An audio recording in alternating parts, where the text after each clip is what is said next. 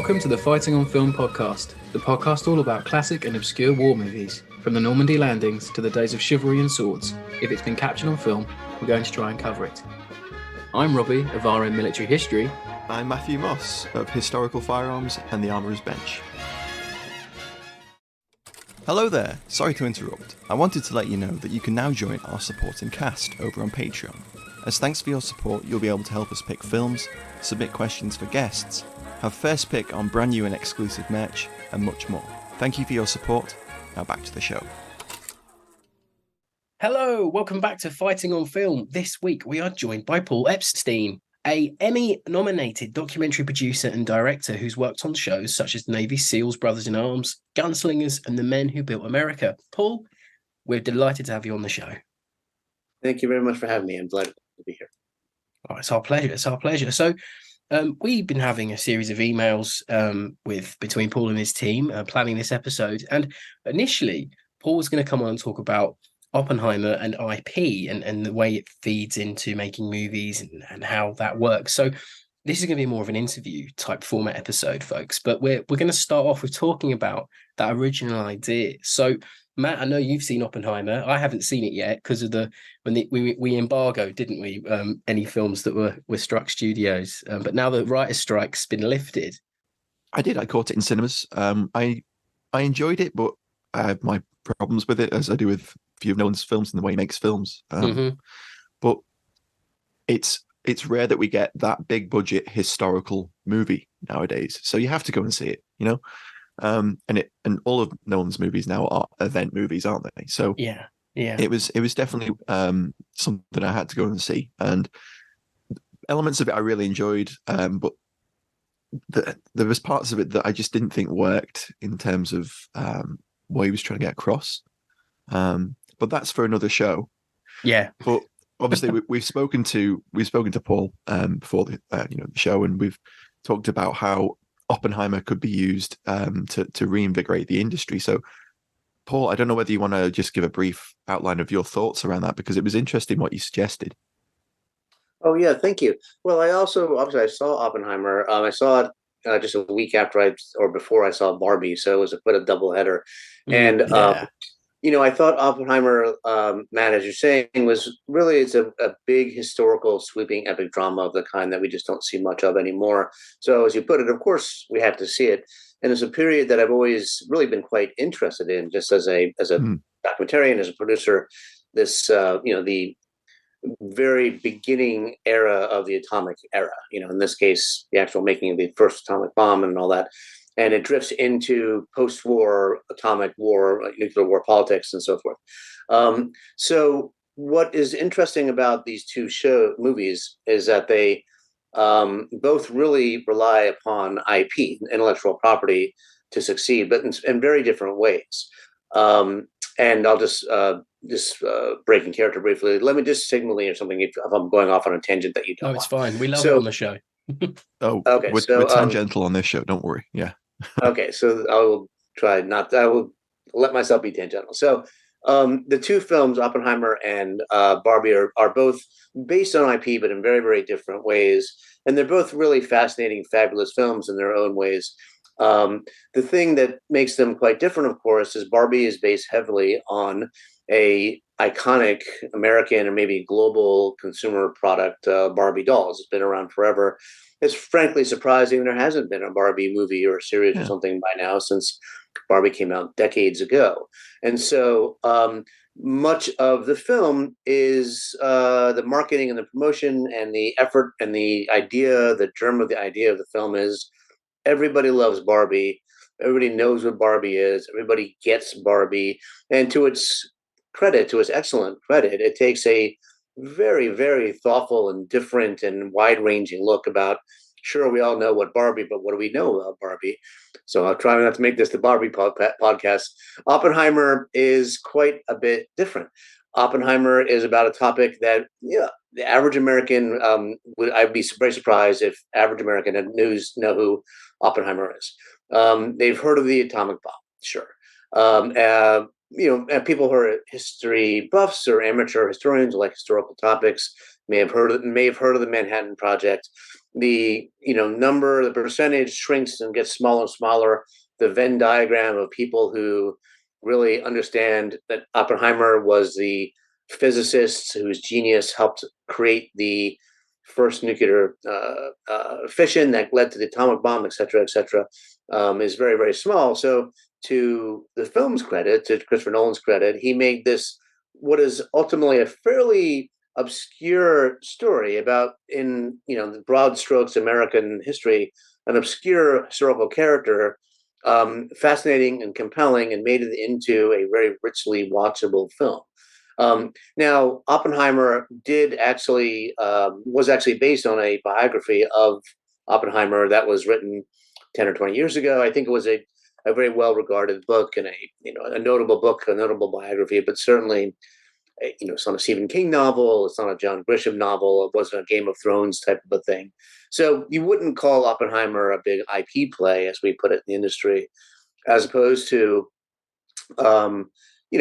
Marvel superhero movies, DC cinematic universe movies. Yeah, of they're course. all based ultimately on the IP of comic books, and they've been extraordinarily successful. Barbie, as I mentioned, is based on the underlying intellectual property of the Barbie toy franchise and all that's associated with that, and that has really come to dominate mainstream TV and film. It's very difficult to get projects launched, any film or TV show created, and particularly a film created and actually made by a major studio, without it having baked in marketing already, because the studios are so averse to trying to spend what's an average of now $50 to $75 million on a film about something the audiences audience needs to be educated about.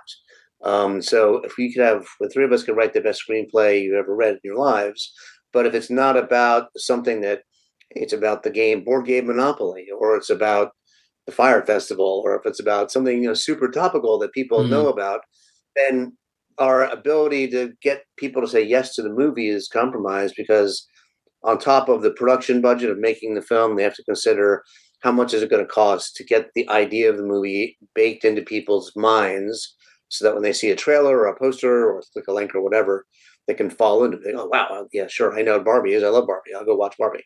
And that's why historical movies and historical topics in general, I have two minds about whether and how, why historical topics are underserved by TV and film, but why the studios and people commission TV, why I believe they're kind of missing the point of historical projects. So that's why I think the two films, Barbie and Oppenheimer, they sort of compare to one another, both brilliantly executed in their own way, both eminently watchable films, like wonderful, wonderful movies. They drove a record-breaking box office, which the industry was desperate to have, of course. Yeah. But coming at the idea of a major motion picture from two completely divergent directions. Yeah, it's really interesting. Jumping off there, on what Paul was saying about having IP as a baked-in way of marketing. I think if you look at the earlier cinema history of the 40s, 50s, 60s, we get these films that are based around historical events, largely because they're recognizable to the public who's going to see those films. So in a way, they already have their baked-in marketing, like, oh, Bataan, I know about the Battle of Bataan. I'll go and watch this movie, that sort of thing. So I think that's just a parallel that occurred to me then, that it's that recognition of the topic, isn't it? Yeah, that is true. Well, that's something I've been speaking about as much as I can, really. So I'm a TV producer. I've been working mostly in historical documentaries for several years now. And the message I'm trying to get across, what I've always been thought and what I still think, is that history equals a virtually limitless amount of free IP, free intellectual property, in the sense that there are literally countless numbers of historical characters, events, or stories that an average audience is going to know something about. And when they hear about that name of that character, or they hear the reference to that event, they know what the project is, what the movie is going to be about, or what the show is going to be about. And that is accomplishing the big goal of buying IP to begin with. So because sorry, let me said the example I frequently use when I'm talking to people like yourselves in the UK is everybody has certainly heard of Henry VIII and Elizabeth the Great and Queen Victoria, and David Beckham is now on Netflix and it's huge. So if you look back to history, I'll say David Beckham's not quite history, of course, but in every country there are these He'll be pillars ecstatic to be included with Henry VIII, I'm sure. Yeah. I'm sure he probably considers himself worthy of that. So history is just loaded with names and events that people know about. And so if we wanted to make a major motion picture with a great story, with an irresistible main character, with an incredibly dramatic character arc of some sort, which is what every movie should be trying to accomplish, instead of saying, hey, let's go spend a gazillion dollars for a Stephen King novel, let's go buy, the next Game of Thrones for whatever money. Amazon Prime, by way of example, they notoriously spent tens of millions of dollars. I don't know what the number is, dozens of millions of dollars to buy the TV adaptation rights for Lord of the Rings, which is one of the greatest literary franchises of all time. And they did that in order to make this series called Rings of Power on Amazon Prime. So if there's any Lord of the Rings fans out there, you listening in, you probably know something about that. The show barely made a ripple in the collective consciousness of the TV landscape, and it's insane that the Amazon Prime is the most expensive TV series ever made. They won't say exactly how much it was, but people are thinking it probably cost almost $1 billion to make this series. Wow. Of 10 episodes, and it's a pretty, frankly, forgettable series on its merits. It came and went, didn't it? I remember just being sort of, okay, it's coming, it's gone. But it's come, it's gone, and so it hasn't made us. Nobody is, eagerly dying to see the season 2 of Rings of Power, as far as I know. I don't think I even watched the whole series. So again, history, Matt, to your point, is as having plenty of recognizable stories and characters. Is something I feel strongly. I think, and I've been making that pitch over and over again to studios and networks all the time as I'm trying to get projects made. Yeah, no, 100%. And I think even with things, when you think about like how we think about historical series, people always say, oh, Band of Brothers, like it changed TV. Oh my God, like it brought in this golden era. But yet, how many landmark historical series have there genuinely been that have been smashes like Band of Brothers, apart from the Pacific? And then, if we're playing, if we're looking into the future, maybe Masters of the Air, we don't know how that's going to be received yet. But there aren't as many as we like to think. Yet there is this plethora of things that have happened to us as humanity that are just lying there waiting to be made. You are very right in what you're saying. Yeah, I think so. And military themed TV shows and movies, they certainly have resonance and power of their own. There have been several pretty big, very successful, big budget war movies in the past 5 or 6 or 8 years or so. Fury, actually, I can't remember when Fury was made, but not that long ago. Dunkirk in 1917.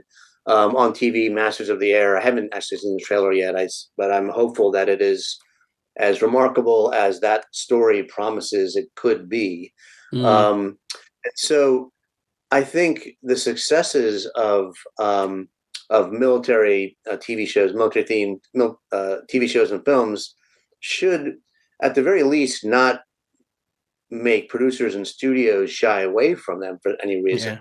I do think that there's in the realm of military history, there is a equally limitless amount of stories that haven't been told yet, that are not from the perspective of a major general or a war leader or a Harold Hardrada or a William the Conqueror type character. But sure, I would dial in for William the Conqueror in a heartbeat for sure. But the stories, the military history stories, I think the industry can and should be turning to are from diverse perspectives. There should be far more stories being produced about the women that experience World War II, World War I, World War II, Vietnam, the various crises of the post-war 20th century. People of color, for sure.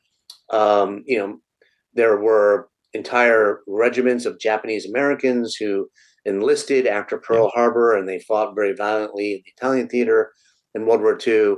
The stories of there's been independent efforts, hasn't there, to get a film made about the it's Go for Broke, didn't they? They made one. The same regiment. And I know that Morgan Freeman's been pushing lately around a documentary show we did, I think, with the History Channel about one of the black battalions that was in Northwest Europe. That's right. It's the 761st Tank Battalion. I had a short brush with that project, actually, because I was working on trying to develop shows with Morgan Freeman's company. And this was several years ago. And the development executive there, it's a very nice guy, I was asking him, what are the kinds of things your company or Morgan would get behind, really? And he mentioned kind of in passing, he's always been interested in this one story about a black tank regiment that's not very well known. The Tuskegee Airmen are fairly well known if you know anything about American history. But this particular tank regiment is not. And I probably have a folder on my desktop, something 761st Tank Battalion, but this was years ago, and now I'm kicking myself. Wow, I should have followed my nose on that one, because I suspected at the time, I'm sure I could come up with a pitch, a concept of how to get into that story to tell it well as a documentary series or documentary feature. And if Morgan Freeman has a personal interest and personal attachment to the project, that's the kind of A-list attachment that gets shows set up all the time. So somebody else had, followed my good idea to fruition, unfortunately for me, but I hope it's great, and I bet it's going to turn out really good. Yeah. So maybe segueing in there, mentioning your work, maybe this is a very general question, but what got you into making documentaries? What got you into the world of making them? Well, what got me into the world of making TV, mostly TV documentaries, is that I was already working in the industry. I started off, back in the 20th century, the end of the 20th century, working in film as a first assistant director. And assistant director is like the stage manager for a TV or film production. And so I was doing that for quite a while, mostly independent films in New York and in the United States. And my work just sort of drifted into working on TV docs. And in fact, one of the very first ones I worked on was a landmark TV documentary series called The Men Who Built America, which was on History Channel in the United States, and it premiered in 2011. And it went on to spawn dozens of sequels and franchises, from like The Food That Built America to The Toys That Built America. They've all been shown over here as well. Yeah, I remember that being quite big. I feel like they're scraping the bottom of the bucket a little bit. It's going to be like, the milk cartons that built America soon. I'd watch it. It's like the office supplies that built America. Like, how far are they going to go with this? But the power of the franchise obviously is real. So I started off working on that. I just had an opportunity to work first as the first assistant director on the series with the company that was producing it, and I eventually did a tiny bit of second unit directing on that. And then the following year, I got the opportunity to work as a producer and writer on a different documentary series about the American Gold Rush of 1849 with the same company. And then I kept working in that lane. I kept doing these shows because when you're a freelancer in the industry, if you work in production, and you tend to go from job to job, and one job kind of will point you in the next direction often. And because I've always had an aptitude and a love of history, I found myself quite at home talking about and crafting historical stories. So for me, the overlap that was successful was I knew from being an assistant director, having worked in independent films, working in film production for almost 15 years, I knew how to make a show. I knew how to run a production. I knew how everything should work on a film set. And I knew how to get things done quickly and efficiently, and how much you could do with a low budget. And so when I used that skill set, and then I overlaid that with my passion for storytelling and my interest in history, I realized that it was a very, very good synergy for what I was able to do.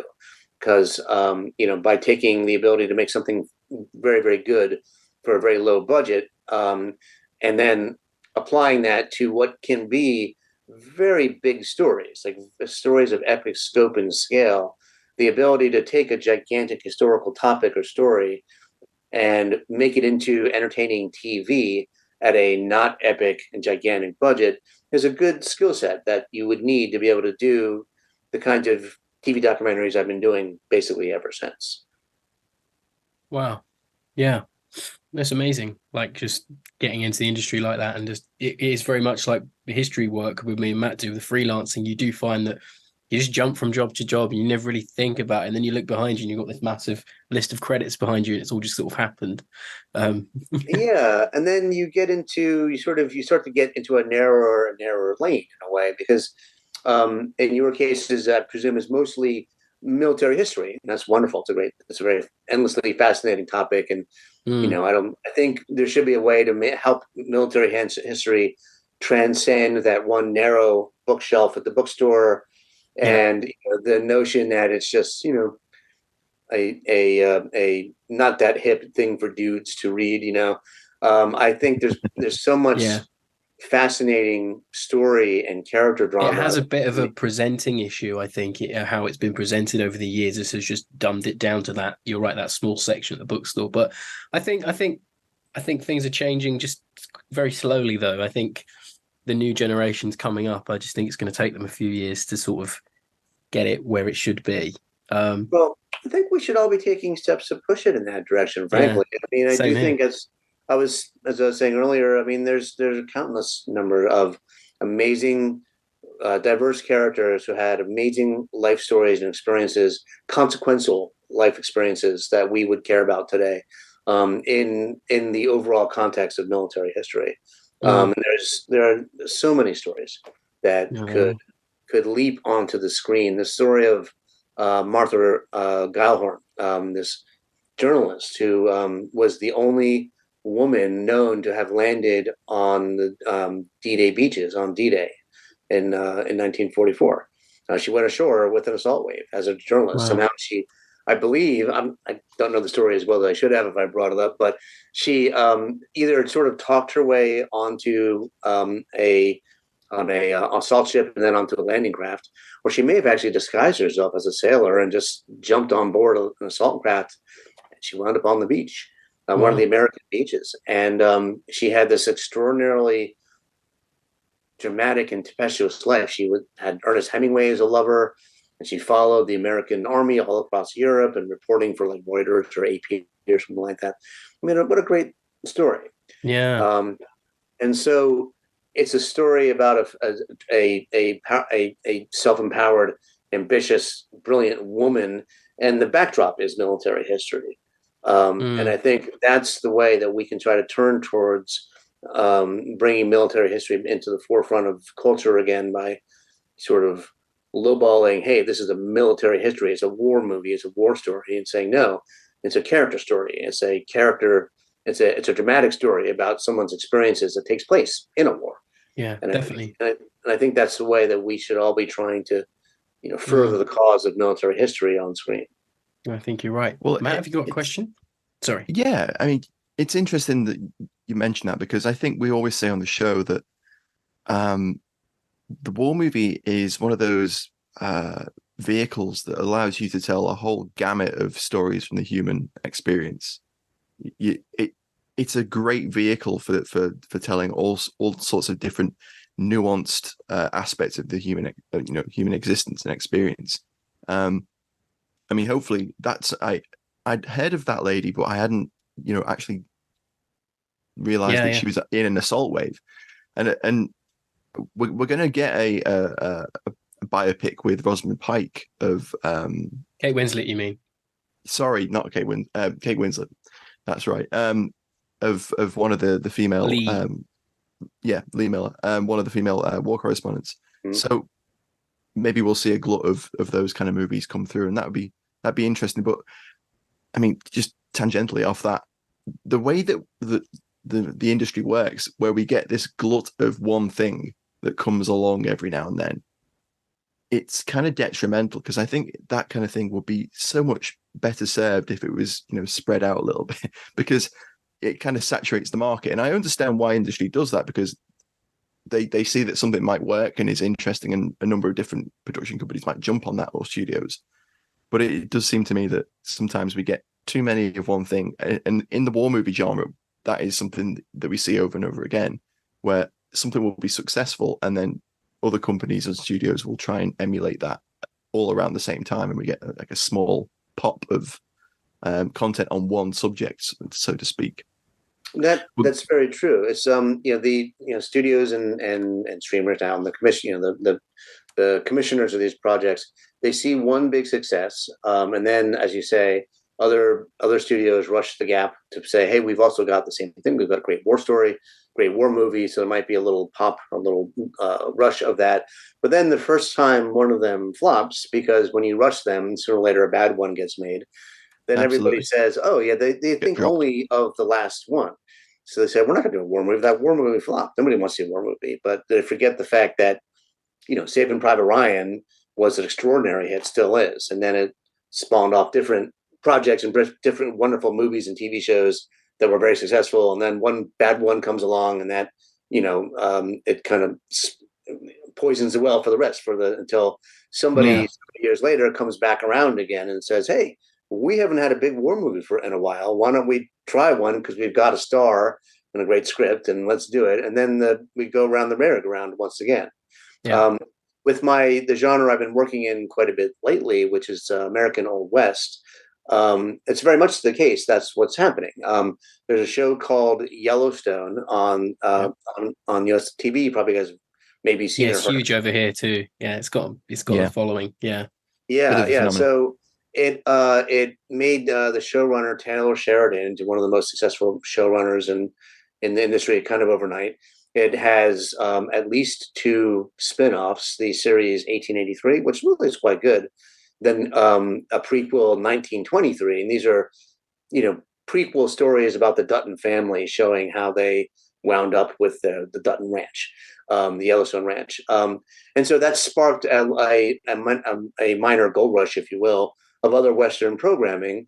And Taylor Sheridan has yet another Western coming out relatively soon, maybe this month or early November, about a not quite famous Black law enforcement officer of Bass the Reeves. 1990s, Bass Reeves. Yeah. Bass Reeves is an incredibly rich, compelling, dramatic story. One of a fascinating and great Old West story that is, if you love the Old West, you probably know his story or you've heard of him.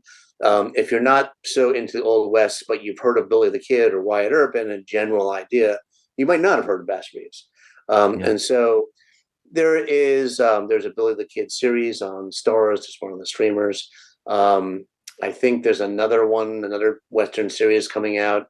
There's a little glut of these things happening now. It's actually called in the industry news the Yellowstone Effect, because the Yellowstone Effect has been spinning off Westerns, but that'll run out of steam at some point, I think, because one of them will flop. Probably Taylor Sheridan will make a bad one, and then they'll be like oversaturated. That's it. Yeah. We had it over here when Peaky Blinders was big. We got like 3 or 4 imitation series, and then when Peaky Blinders ended, everyone stopped making those shows. It's really fascinating. With the zombie stuff as well, like The Walking Dead, and that happened the same way, didn't it? I mean, caveating off of that, one question I did want to ask was, what are the ways that you'd like to see your area of the industry, documentarian producer, how would you like to see the industry innovate in the way it makes documentaries? I'd like the industry to innovate in making TV documentaries by paying more attention to their value, by understanding, as I said before, that we're really talking about free IP. People are always going to be fascinated by ancient Egypt. They're always going to be fascinated by, I guess you could call Elvis, maybe it's more pop culture. They're always going to be fascinated by Henry VIII. They're always going to be fascinated by Jesus Christ, and they'll watch programming about that. So I think the first thing is that the industry should recognize that, history has a built-in audience of some sort on almost every level, is the first thing, in a big global way. And the second thing is to really start to pay more attention to the kinds of shows, frankly, that I make, which are factual dramas. And a factual drama is it's also called a docudrama, but it's a documentary that has experts giving expert story and expert points of view about the story, but they have dramatizations as well. And um, the dramatizations of these kinds of shows, they can range from being really a little bit cheesy, frankly, and that's why in some ways these shows they have a bit of a bad reputation, but they also run the gamut to being extraordinarily rich and compelling as narratives of their own. So the show The Men Who Built America, for example, I didn't create that show or anything like that, but I don't know if you guys have seen it, but when you're flipping channels around, you might think you're just watching a really terrific period drama about Andrew Carnegie or John D. Rockefeller or something, because the production value is amazing and the storytelling is quite good. And then you might be a little bit surprised when a talking head pops up. So the shows that I've been doing, there's one called Into the Wild Frontier. It's about the early period of the American Old West, 1820s and 30s. For me, that show is a drama doc. It's a factual drama, and the importance of the show, the value of the show, the viewing experience of that show is watching a dramatic story about a real person, where occasionally your expert will arrive on screen to briefly contextualize something or to make a bridge a gap in the narrative that would be too hard to do in an hour-long show, to say, okay, so 20 years pass, or by the time so and so got to this place, this was starting to happen, and then you're back in the drama again. And I think the potential for this kind of show is so strong that I think any studio, any network, any streamer, any of the fast channels, they should be looking hard at these shows for two reasons. First, again, free IP. Everybody's heard of Billy the Kid. Everybody's heard of Teddy Roosevelt. Everybody's heard of these people. And the second, these shows can be quite inexpensive to make. They don't rely upon a big IP purchase, and they usually don't rely upon a star attachment. But and when you're looking at this big, vast, complicated landscape of TV, and you're flipping channels, or more likely flipping apps on your TV at this point, and you land on a show like that, you could easily just think, I'm watching a really great historical drama about somebody I know or care about, or that's presenting a new perspective about a story that I know, a perspective of a diverse character, a perspective of somebody who has not been heavily focused in the stories told about this period before. And you will get drawn in if the show is done well and it's done with a sense of narrative purpose. We want to get a character on the story right away. We want to hook the audience into that person's journey, what it is. Then the history part of it is in the background. It's the world in which we're living in, but it is not the point of the show. And so what I always say is, when a show is like that is done well, when you are done with the show, you've watched a great story about a great character and went along for the ride and had a great TV experience like we want. And you've got a little dose of historical insight as well, kind of slipped into your back pocket without you even really realizing that you've actually learned something about history. Those are the kinds of shows I think the industry really should be focusing on, because they're cost effective and they can be made quickly and readily, and they drop on stories that people already know. Yeah, I agree. Like, I think as well, for the modern viewer, I think it brings it out of the classic sort of older style of documentary where we're seeing the same black and white photos, the same stock footage over and over, with the sort of same format of, oh, here's a talking head, here's some black and white footage, here's a talking head. But then it makes it more modern. It makes it a lot more engaging for an audience member, because you're seeing people interact, you're seeing actors talking, and it doesn't feel like, as you said, it doesn't feel like a actual documentary. It's more, I think it's much more accessible. I know that, when you watch documentaries, even like 10 years ago now, you're thinking, blimey, this is aged badly, in the way that it's made. I think that there seems to be a bit of more of a line being made now. We're going to make things a little bit more modern. They're not going to keep doing that old way of doing it. I don't know how you feel about that, but yeah. They should be cinematic, frankly. They should have a cinematic sensibility, because the stories are often quite big. The themes are very, very big. They touch upon, as Matt was saying about the military history genre, they touch upon every facet of human experience. And so a well done TV documentary series about historical characters or events or a lost world. It can be escapist, it can be dramatic, it can be exciting, it can be great TV, and it can be done at a fraction of the cost of a Masters of the Air. I mean, who knows how much tens of millions of Well, dollars to do yeah, that. I know. Apple. Probably great, yeah, probably awesome, but there's also a way to do that kind of a show about that story, about those people that experience those experiences at a fraction of the cost, as a factual documentary that might not have quite all the razzle dazzle of Apple's production, but at the end of the day, you might think, "Wow, that was a great story," and I know something more about this period of history that I didn't know before. Yeah, because the story's already there, isn't it? It's already been written. Someone's already experienced it. You've just got to go and find it and put it on TV. And that leads into one of my next questions. So when you're like, when you're creating a show from the ground up, what are the biggest challenges you face when you're making a series, or when you're planning one? What's the difficulties faced? Well, there's two.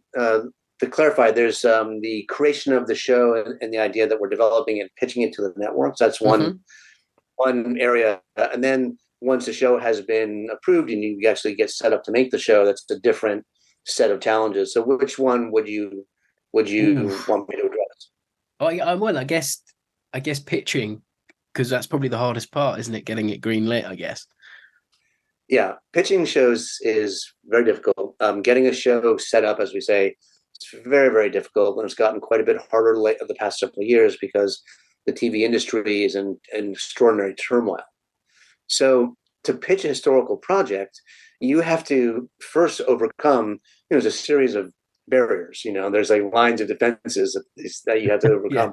And the first one is, I've got a historical story. And as you were just saying a moment ago, the person you're speaking to is immediately going to picture grainy black and white footage and old-timey music and just be like, politely be like, okay, let's finish your pitch. So the first thing you have to do is overcome the sort of built-in reaction of history means dated, old, and boring, and immediately grab the person you're pitching to with, what if I told you about a story? What if I told you a story about a person who faced this extraordinary challenge and went through all these extreme adventures and nearly died a million times, and then changed the way that they looked at the world by the end of it, and then invented something that we use today. That's a great story. And then if you can lead with that sensibility of, I'm telling you an amazing dramatic story about people doing things that matter, then when you kind of get to the point in which you reveal that you're talking about a historical story of some sort, you've already overcome that first tank trap in a way. And then the second part of the challenge, the second obstacle to overcome is, well, what is going to be relatable? The second of three, I would say. The second one is, why now? Why do audiences care now about this? So why are they going to care really in 8 to 10 months if the show, when it gets made, is really going to air? So, we've had stories about this before. Why do people care now about it? And so in the pitching and development of a historical project, you need to explain to the potential buyers, people care about this because of what's going on in the world right now, or what's important to people's lives right now and how it relates. And so that's one of the great benefits of history, really, is that we can say this thing that we're all involved in and talking about now, and that we care about now, and that there is news reporting about, it's rooted in history. And we can see how this event in history has changed the way we are living our lives right now. And that is usually a pretty good way, again, to overcome this resistance to, I don't want to tell history to people. Don't people know that story? You always have to be able to say they know a story about this, but not this story about this. Now, the third thing to overcome, to finally kind of get across the finish line, hopefully, and it is a very, very low percentage win.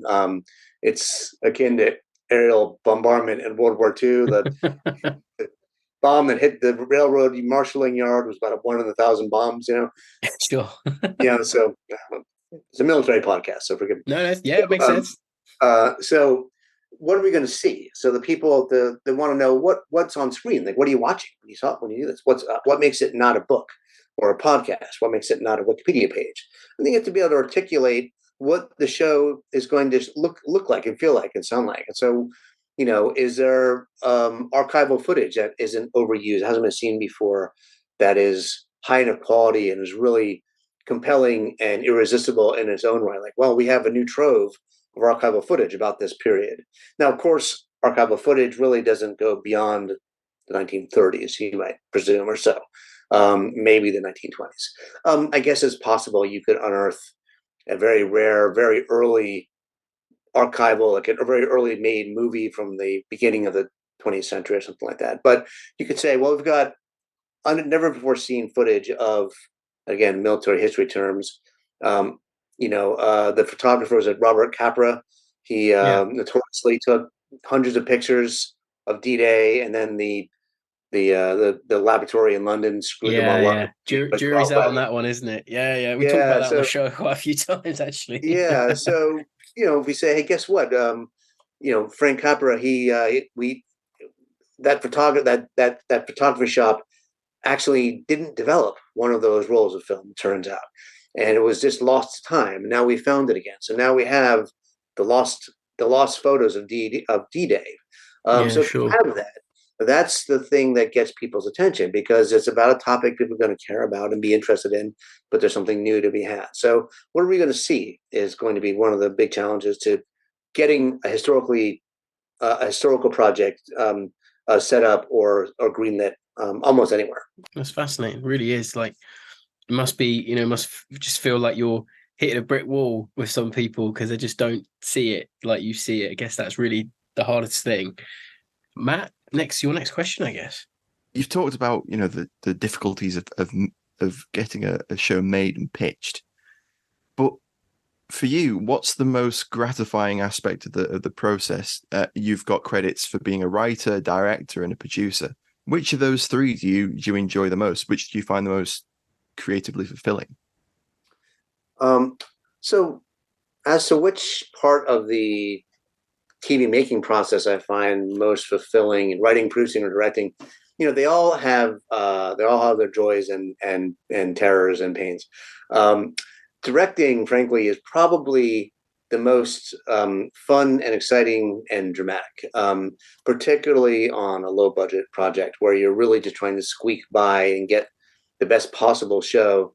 But, spending more money is not an option as it would have on a big budget project.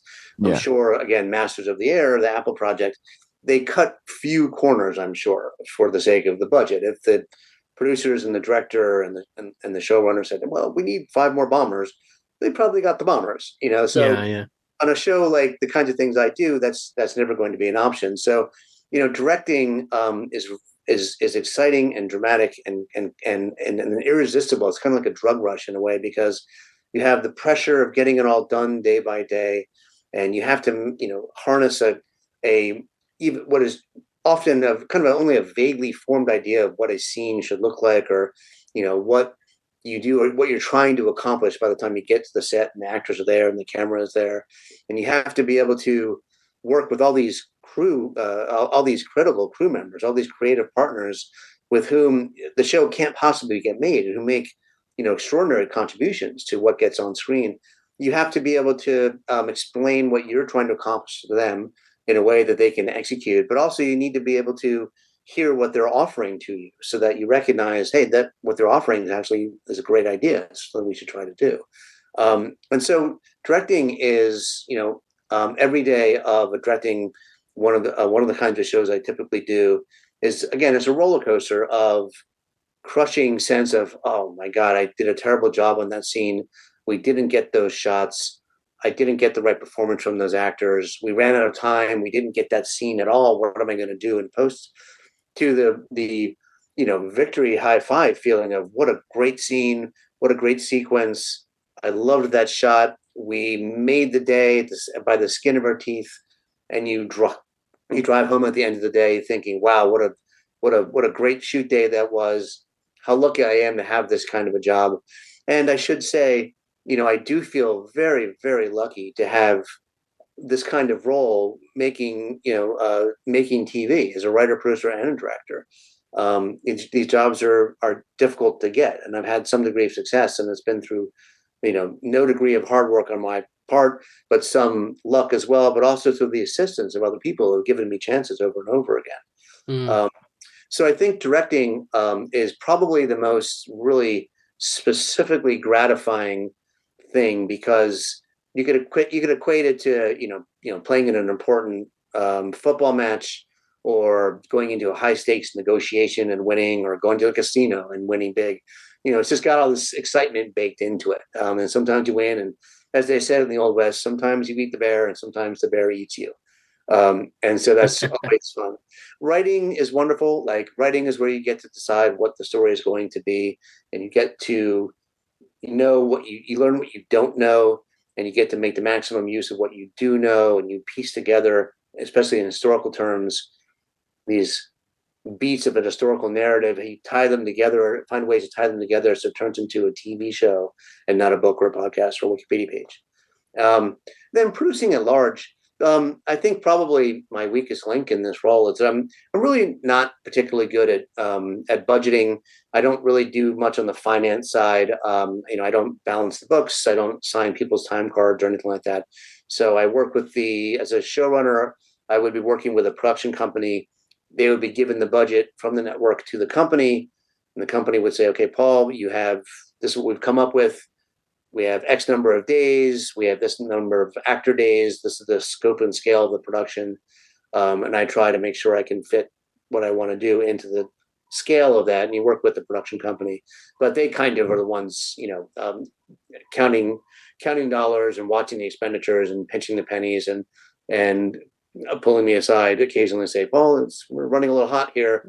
That happens. And so you have to adapt to that. That's my least favorite part, frankly. Yeah. The whole thing. No one likes being told they can't afford to do what they want to do on a set. Sure. But then again, that's all part of the process. Like, I would not work much longer if every show went way over budget. You just have to be able to know how to do as much as you can with whatever your budget actually is. Yeah, for sure. So, I think I'm going to start with the Patreon questions now, Matt, if that's okay. Yeah. Hello, I'm Al Murray, and you're listening to Fighting on Film, the world's #1 war film podcast. Great. So we have a question from Ken Campbell, and it's a bit of a long one, but I'm sure we'll get there. He says, I'm always interested in what folks like him were influenced by. What are some of his favorite documentaries or directors? Is there a subject that is his dream project? Have you ever gone into a project thinking it's going to be one story, but been surprised by something else in the end? It's quite a lot there. So maybe if we'll start with, what are some of your favorite documentaries and directors? Probably, so one of my favorite documentary directors, and maybe one of the ones that I feel like made the biggest impact on me, is Errol Morris. And he did documentaries like Fog of War and The Known Unknown, and I think he did The Thin Blue Line. Most recently, he did this one called Wormwood, which was super fascinating. Now, he does documentary features, and he does these very, very thoughtful, but also extremely stylized and stylistic documentaries that are just irresistible, depending on the subject, and they mostly are irresistible. And the one that I think made the most of an impact on me was Fog of War, and it was basically a 2-hour sit-down documentary interview with Robert McNamara, who was the Secretary of Defense during the Vietnam War. Mm-hmm. And Robert McNamara is a fascinating person to hear speak about all these topics. He was across this really pivotal and amazing period of American history, and the way he talks about it is irresistible. But what Errol Morris does is gave it a visual approach that was mesmerizing. Some of it is really just kind of stylized graphic design elements, and some of it is extraordinarily well curated archival material. Mm-hmm. I remember specifically in The Fog of War, Robert McNamara was answering a question about Curtis LeMay. Curtis LeMay was the architect of the Allied bombing campaign of Germany and ultimately of Japan. And really his approach was bomb them to hell, like just overwhelming bombing firepower. And so as he's and so he's a bit of a controversial character in a way. So Yeah, as Robert McNamara is talking about Curtis LeMay, Errol Morris chose this clip of archival footage of Curtis LeMay.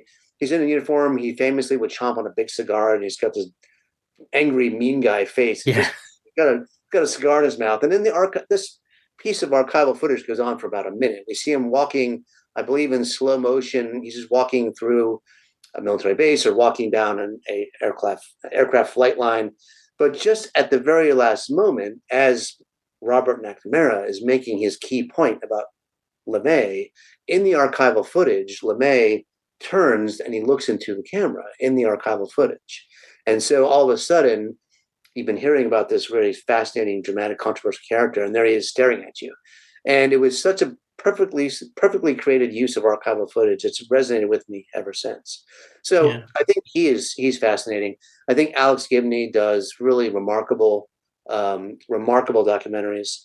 There are quite a few. A lot of them now do true crime. There's a documentary showrunner named Joe Berlinger who does.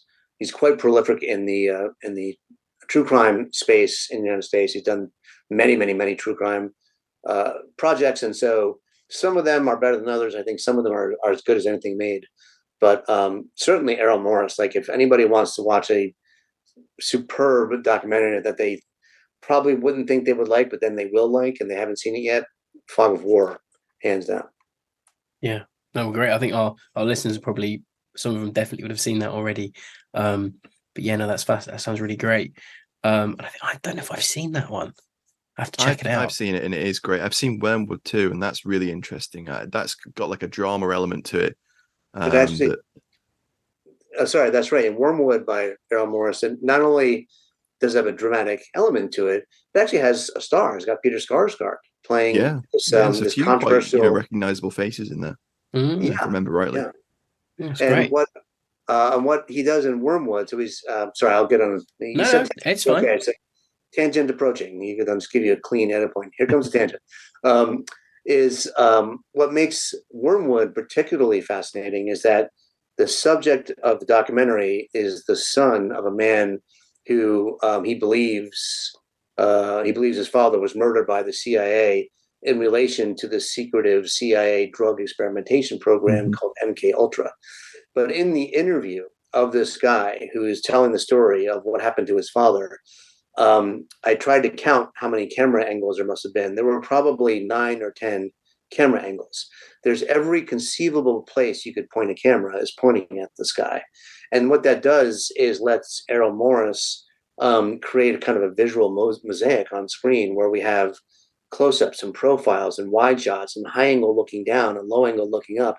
And he can kind of play all these shots like an instrument in a way to, highlight different points of this person's perspective and different things that he's saying. And you can just kind of cut to camera, either very quickly, or you can have multiple views on camera on screen at the same time.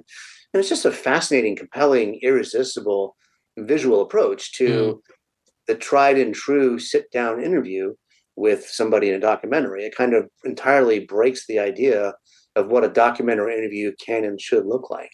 And that's one of the many just extraordinary things about Wormwood. And I think it's an amazing documentary. I think that's always the mark of a good documentary, if it can make you forget what you're learning in a way. Like, if it can do that, I always think it's powerful. There's a show that me and Matt love, and it was really formative for us, called War Walks. I don't know if you've heard of that. Yeah. Richard Holmes, a historian, the BBC made it in the 90s, and it's a really simple half-an-hour format, and he's talking about a battle, but it's him just walking through the area. War Walks. It's what he does, just walk through the area, but it's how it's done. Which is so special. So it's almost, you're just doing a walking tour with this historian, rather than having loads of talking heads talking at every 5 minutes. You've just got one guy with you, and we just love it for that. But I always think that's where documentaries shine, where they can just make you forget you're learning, because it's like just really powerful way of doing it. So the next thing that Ken asked was, is there a subject that's your dream project? If you had a no budget green light, I mean, what would you choose? If I had a no budget green light for any project, that is really an interesting question. I grew up reading about World War II. I've always been an amateur World War II historian, and so I actually have done very little documentary work in about World War II projects, just for whatever reasons. And so doing a really great, compelling TV documentary or documentary feature about some aspect of World War II that hasn't been heavily covered before, I think would be incredibly fascinating. One specific thing I would love to do, frankly, would be about the Japanese experience of the atomic bomb droppings. Mm. Yeah, that would be 1945. interesting. There's two of them, of course. And so, there's this famous book called Hiroshima by a journalist named John Hershey. Can you believe he's the first American journalist who got into Hiroshima 9 or 10 days after the bombing?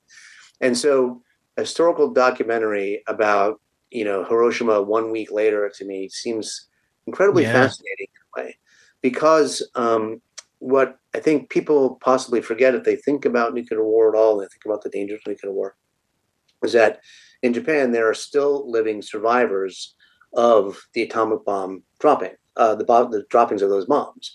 People alive today who got up in the morning and they were on their way to work and they saw the mushroom cloud and maybe were injured or have scars. They're older, of course. They're World War II generation, but considering that these bombs affected, even children or teenagers, and that Japanese people have extremely healthy lifestyles, they can live quite long.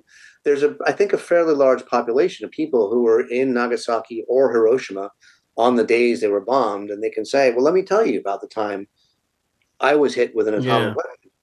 And so that's a story I think that could be extraordinarily compelling because it's a human story about these people, how they've lived with that for now almost 8 decades.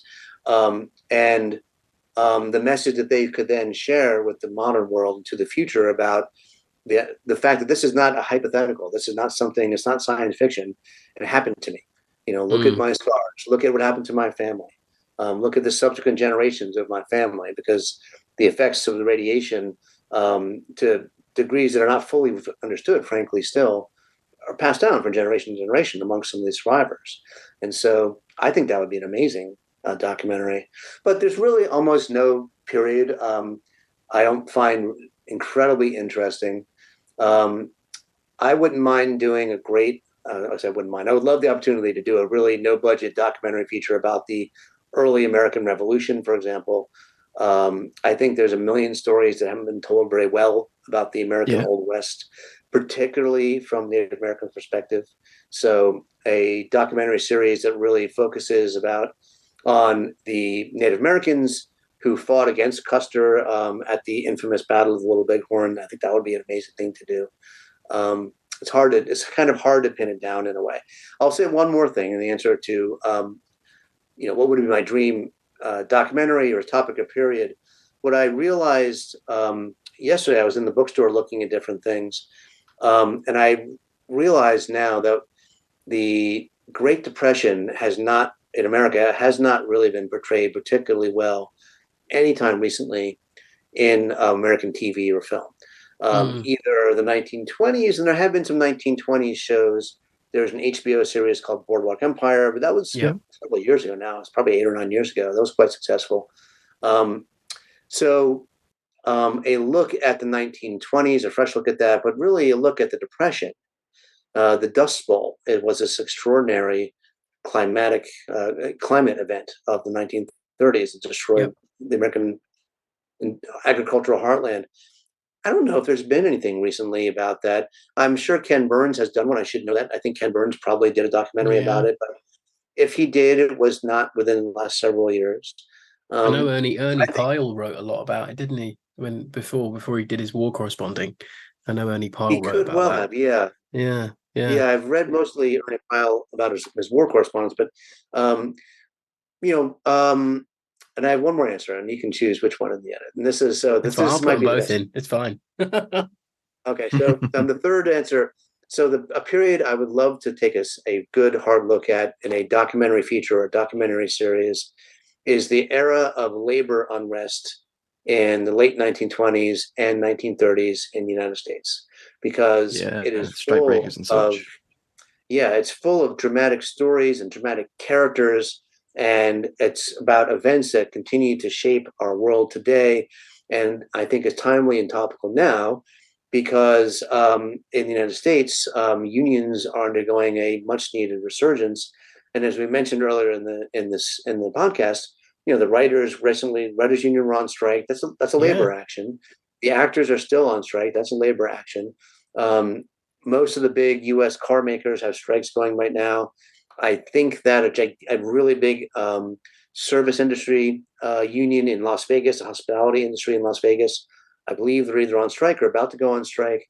So all these things that we're kind of all experiencing right now, they have their origins in a classic class struggle that fought out quite dramatically and often quite violently in the United States in the late 20s, early 30s. And that is a topic I think documentarians should be rushing into right now. Yeah, that would be really good. That would be something I would love to get into, frankly. That would be brilliant. Matt, what would you make? What would I make? Yeah, what would you make?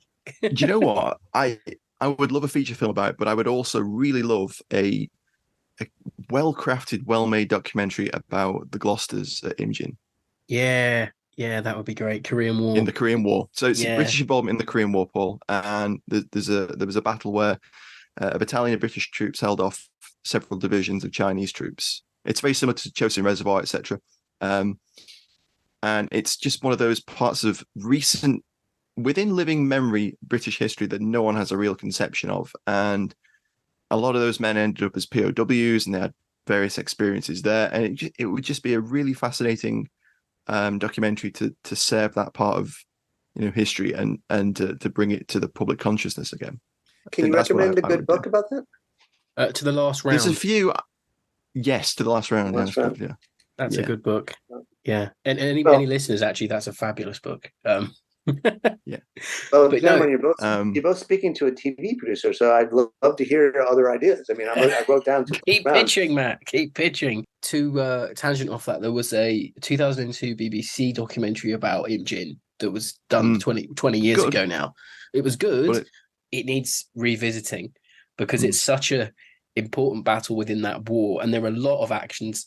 Almost all the actions the British fought during the Korean War were pretty much the same thing, but Imjin itself is just so important because of the sheer battering the Gloucesters got, and what they did to get out is really interesting as well. They brought a column up and they essentially rode up a big hill, grabbed as many men as they could, rode back, and they were getting flung at from each side by fanatical Chinese troops. Tanks having to shoot each other, hosing men off the sides with coax machine guns, things like that. I mean, it's you'd have to have a budget to recreate some of this, but it would be fascinating. Even just the British in Korea would be a fascinating documentary series. Even the UN, just do a series, 10-part, 15-part series and really dial in on every single UN nation that fought in the Korean War. You got Turkey, Belgium, South Korea. Like it could be so enriching. Not just, this isn't a bash at America's involvement, but tell that story of that war in a way that incorporates the UN, because I think it gets lost that's the UN's first big war after the Second World War, and it just gets. I think we sort of tend to, as historians, or at least on TV, it would seem, we go World War II, then we go Vietnam, then if we are lucky, you get something on the Gulf War. But Korea's never really explored.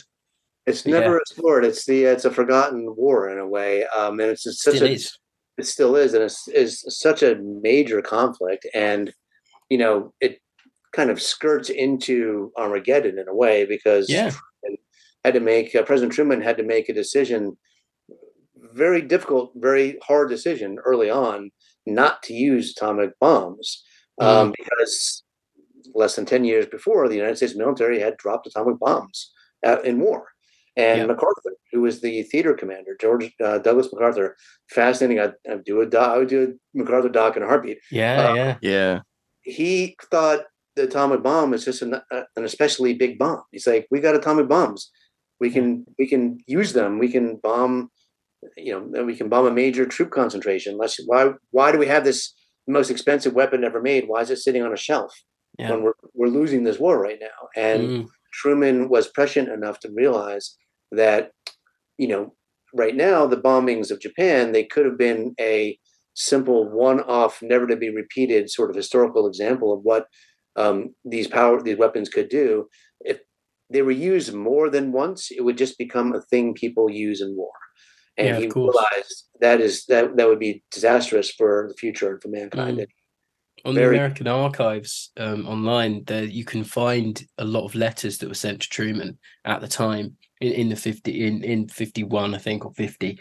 I can't remember what exact year it was, but people essentially saying, "You please don't do it." Like people were saying that they understood why you did it to Japan, and even people saying that we understand that was still bad. We understand why you did that, but please don't do it to China or in Korea. It's fascinating. But before we completely disrail this episode, tangenting off like we always do, but we love it. I've got a final question here from Nick Lahare, and he asks, what has been the most difficult documentary to make and why? If that's easy to answer.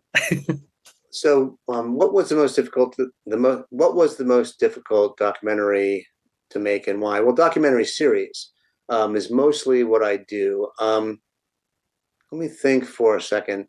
One of the most difficult ones that I've worked on, this is actually fairly recent, was the first season of this documentary series I've been working on now for 4 seasons called Into the Wild Frontier.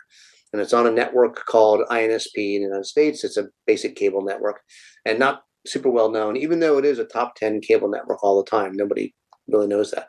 Into the Wild Frontier is about this early period of American history, the 1810s, 1820s, 1830s in the West. And it's about the fur traders and the fur trappers, who basically were the first Americans to leave what was then known as the West, the east of the Mississippi, and find their way into the Rocky Mountains and ultimately across mountain barriers all the way to California into the Pacific Northwest. And they were the men who basically found all of what we know as the United States, the Americans who saw them first, we should say, because of course there were Native Americans there for millennia before any American fur trapper set foot there. But from our immediate perspective, they were there first. The challenge of making the show was twofold.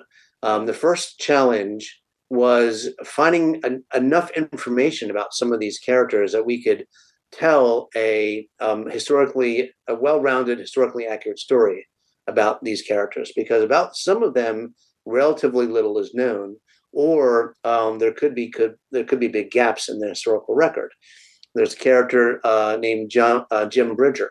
He's a really fairly well-known American, almost a folk hero in a way. He's one of the first of the mountain men of this era. And while there's a lot known about him, there's a lot of things that are not known about him.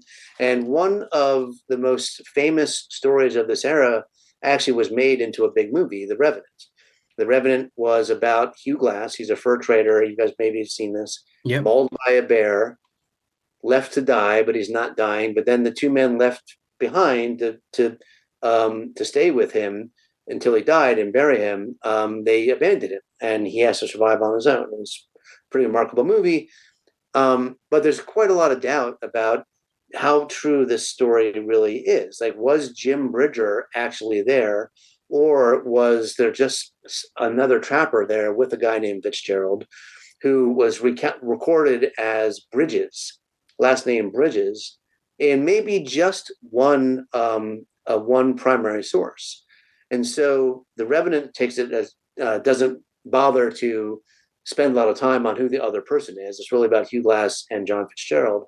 But we did a whole episode about Jim Bridger and about this event, and we had a lot of trouble trying to decide: is this true? Is this not true? Can we corroborate this or not? And so that's a challenge of the entire series. Is we want to tell the most dramatic story about these characters for the reasons we talked about earlier. But do we have enough reliable firsthand information, or do we simply speak to the controversy? In other episodes, there's a character named Kit Carson, maybe the most famous frontiersman of them all. And there's an amazing event in his early life that is legendary, if you know anything about this history, in which he fights a duel with another trapper, a French-Canadian trapper, over the charms of a Native American woman. And the story of Kit Carson fighting Chouinard is one of the most, foundational stories of this era. But nobody knows for sure how the story ends. Plenty of primary sources say that they fought and they did something, and they even say they got on horseback, and each of them had a gun, and they charged at each other at horseback. This is recounted in many primary sources. But whether or not Kit Carson killed Chouinard or only wounded him or didn't shoot him at all, nobody's really sure. And that's a fascinating historical mystery. And so in the series, we decided we'll simply present that as the story. We'll tell the story of the story. We'll say, this is the story about Kit Carson, and we'll explain why we don't know why it ends, and why we think that's fascinating.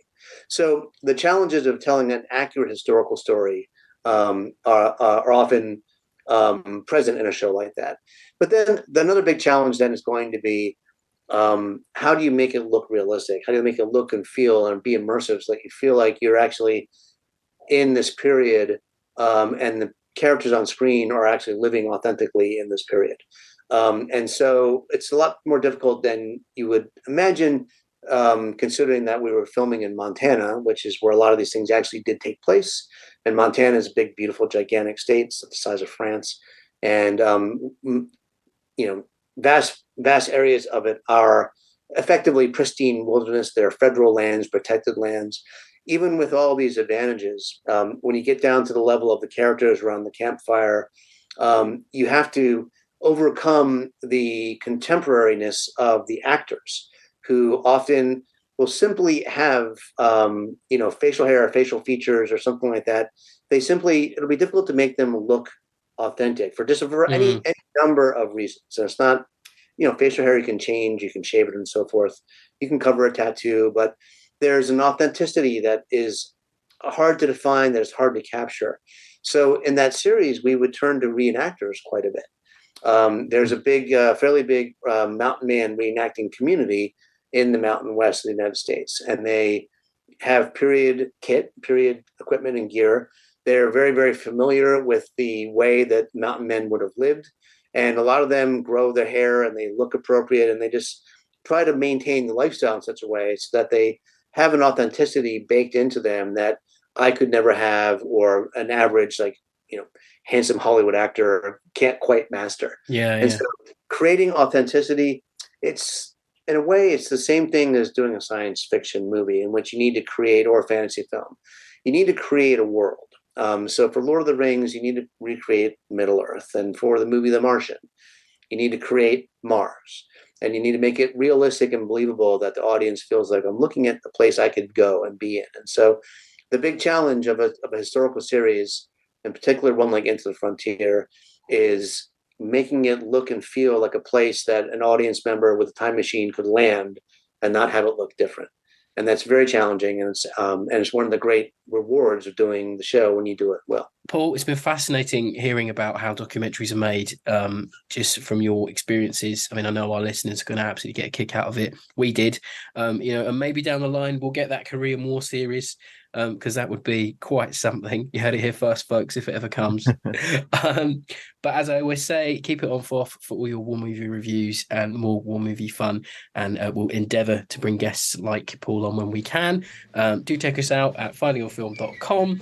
You can find the entire catalogue of the podcast there. Start from episode 1, try and catch up. If you do, let us know, and we'll give you a shout out on our socials. Until next time, thanks for listening, and thanks, Paul. Thank you very much, guys. It was a pleasure speaking with you. Thanks for listening. Bye. Bye-bye.